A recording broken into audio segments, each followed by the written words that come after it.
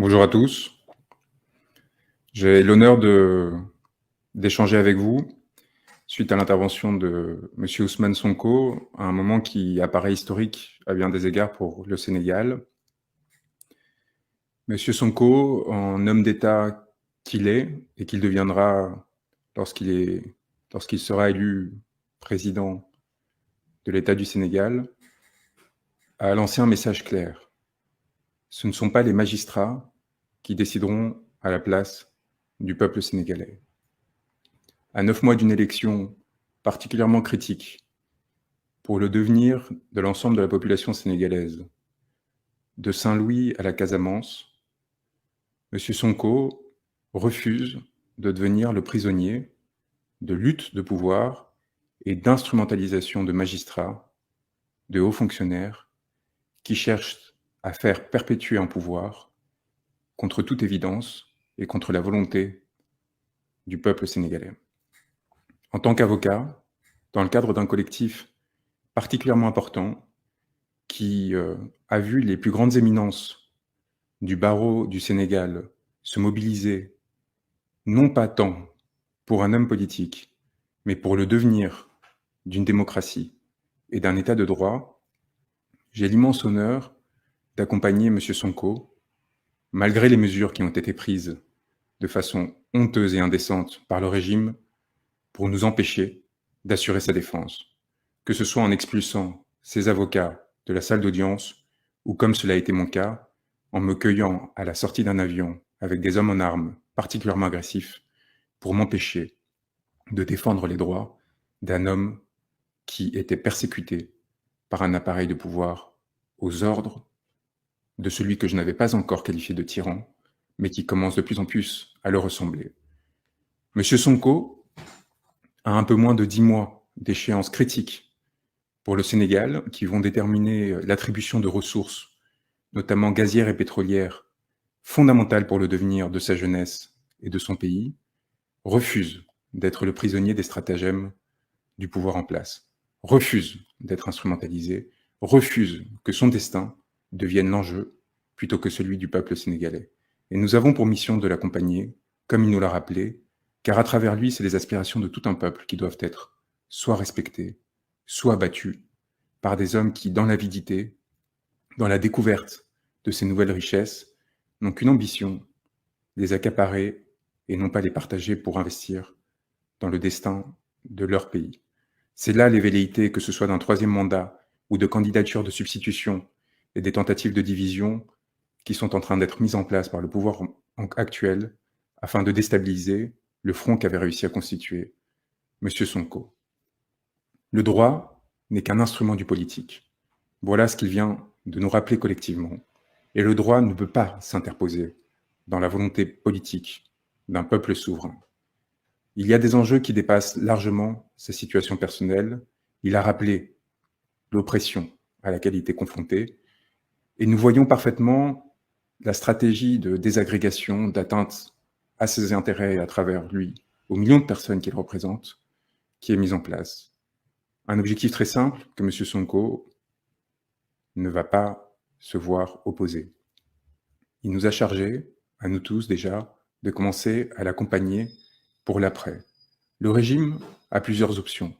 La violence, l'oppression, on le voit déjà avec les interdictions qui ont été dictées à Dakar à partir de demain relatives à la circulation aux essences, comme si d'avance la décision le concernant était prise, comme si d'avance M. Sonko était condamné. On l'a vu également de façon plus large à travers l'usage de la violence à son égard, à l'égard des militants du PASTEF, de façon générale à la population et en particulier à sa jeunesse qui souffre, des pêcheurs de Saint-Louis jusqu'aux jeunes déshérités ravagés par la drogue dans les faubourgs de Dakar, en passant par la population de Casamance qui s'est vue opposer un mépris extraordinaire depuis des années, d'une situation inacceptable et qui doit désormais cesser par les urnes, par la démocratie. Si jamais une opposition et un empêchement étaient imposés à M. Sonko, eh bien, la politique reprendrait tous ses droits. Voilà le message qu'il s'agissait de transmettre. À nous, avocats, d'accompagner M. Sonko et tous ceux qui sont derrière lui afin d'éviter cette situation. Au pouvoir, de se montrer responsable, de comprendre que son heure peut être tournée et qu'il s'agit de remettre son mandat entre les mains du peuple pour que celui puisse décider librement. Nous en sommes au début d'une aventure extraordinaire, à quelques mois d'une échéance particulièrement importante qui ne s'arrêtera pas avec l'élection. Dès à présent, évidemment, tous les efforts doivent être mis en œuvre, non seulement pour protéger M. Sonko, mais plus largement pour se préparer à l'après. Nous sommes très fiers, comme il l'a rappelé, de ses contacts avec un certain nombre de dirigeants étrangers de la sous-région, et nous travaillons évidemment à l'accompagner et à le préparer et à l'aider à ce que les ressources du peuple sénégalais reviennent entre ses mains, que ce soit les concessions gazières et pétrolières, que ce soit la situation inéquitable de répartition des ressources, que ce soit la corruption extraordinaire qui a touché une grande partie des membres du régime actuel. Il y a des chantiers immenses qui sont nécessairement préparés dès maintenant. Les échéances atroces que l'on tente de lui imposer, volontairement humiliantes et dégradantes, sont une atteinte à la dignité, non pas de M. Sonko, mais de ceux qui cherchent à l'entraver. C'est avec honte que leur participation à ces manœuvres devrait être accompagnée. Et c'est à vous de faire ressentir cette honte puissante à l'égard de ces magistrats, de ces fonctionnaires qui participeront à cette comédie et qui chercheront à entraver votre destin. Nous sommes fiers, à notre place, avec humilité, d'avoir la confiance de M. Sonko, pour une raison très simple.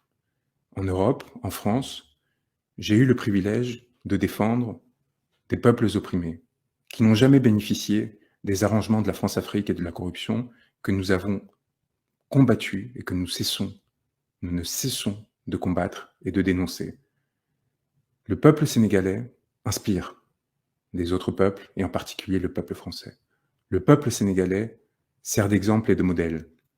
Sa capacité à résister face à toute forme de violence et à se mettre en danger pour s'assurer que ses dirigeants politiques puissent les représenter, puissent porter les intérêts et ne cèdent à aucun moment aux tentatives d'intimidation, d'instrumentalisation de la justice, de questions aussi essentielles que la lutte contre les violences faites aux femmes, que la lutte contre les violences sexuelles, que la lutte contre la réputation, contre les atteintes à la réputation, à l'honneur et a fortiori la corruption, ne deviennent des instruments politiques pour empêcher au peuple de recouvrer sa souveraineté. Nous le faisons en France, avec d'immenses difficultés, mais avec une expérience que M. Sonko a considérée comme importante, de voir partager aux côtés de confrères qui, de la Martinique aux Comores, en passant par l'ensemble des pays de la sous-région, travaillent aux fins de le protéger, aux fins de mobiliser l'opinion internationale et surtout aux fins de préparer l'après et de s'assurer que s'il arrivait au pouvoir, si le peuple sénégalais le désirait, très rapidement, il n'y aurait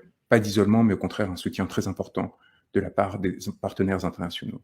C'est un dernier point qui m'apparaît essentiel, vous dire que vous n'êtes pas seul, que nous veillons, que nous nous assurerons que la défense des intérêts de M. Sonko sera préservée, mais aussi de tous les membres du PASTEF et de toutes les personnes qui sortiront dans la rue pour le protéger, le cas échéant, et qui, en prenant les risques nécessaires, s'assureront encore une fois du devenir de la démocratie d'un peuple qui nous sert d'exemple, qui nous inspire, et qui demain, avec beaucoup de chance, un peu d'espoir et du courage, nous imiterons à notre tour pour nous libérer.